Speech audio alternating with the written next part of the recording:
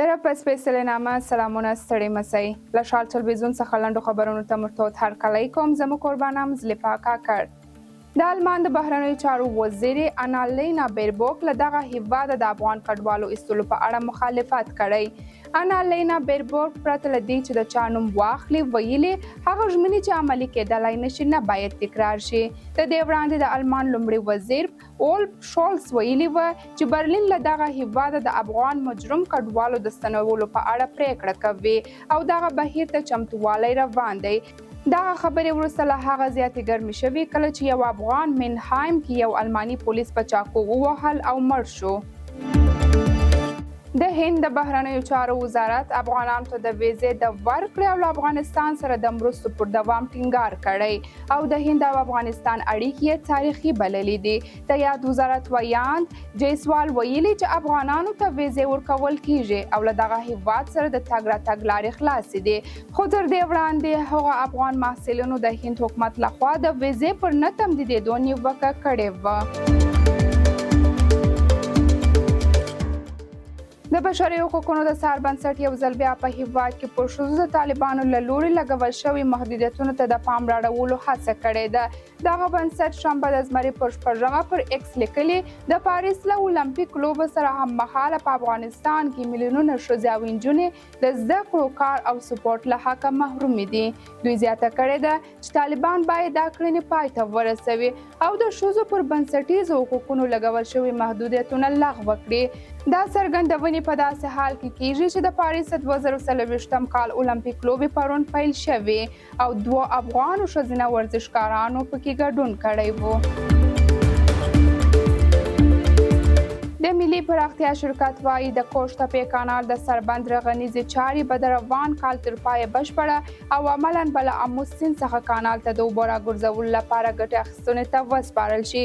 د ملي پراختیا شرکت چارواکي وایي چې د کوش تپې ستر ملي کانال د سربند رغنیزې چارې 55 سلنه پرمخ تللي دي. تخنیکي او فني انجینران وایي د یاد سربند چارې چې کابو یو کال وړاندې پیل شوي وې دمګړۍ چارې په چټکۍ سره روانې دي. ټرمپ وویل که ولسمشر نشي نو ممکنه ده چې درېیمه نړیواله جګړه پیل شي. له بنیامین نتنیاهو سره له کتنې وروسته ټرمپ وویل که د امریکا ولسمشریزې ټاکنې ونه ګټي نو په منځني ختیځ کې به یو لویه جګړه او احتمالاً درېیم نړیواله جګړه وي.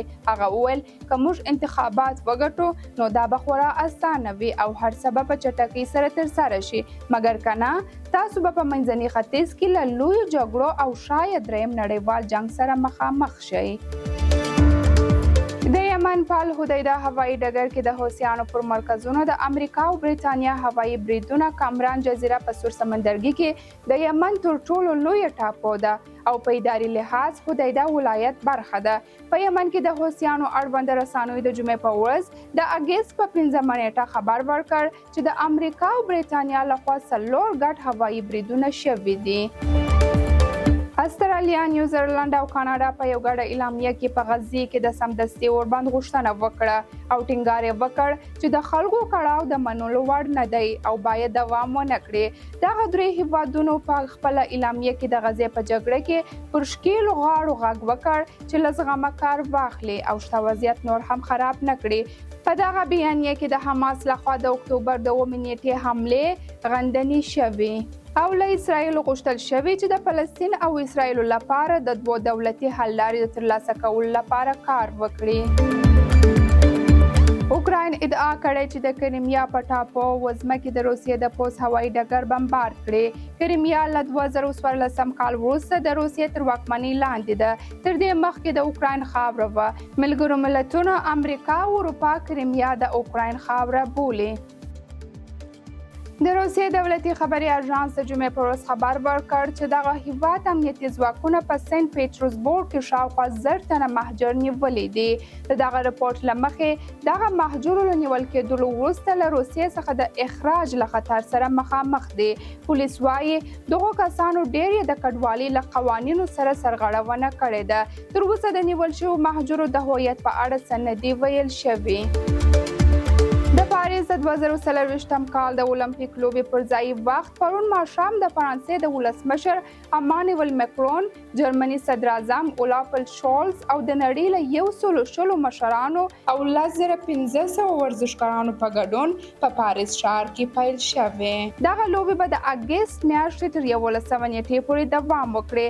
له افغانستان څخه 6 تنو ورزشکارانو په دغه لوبې کې ګډون کړی چې 2 تنه یې انجونې دي.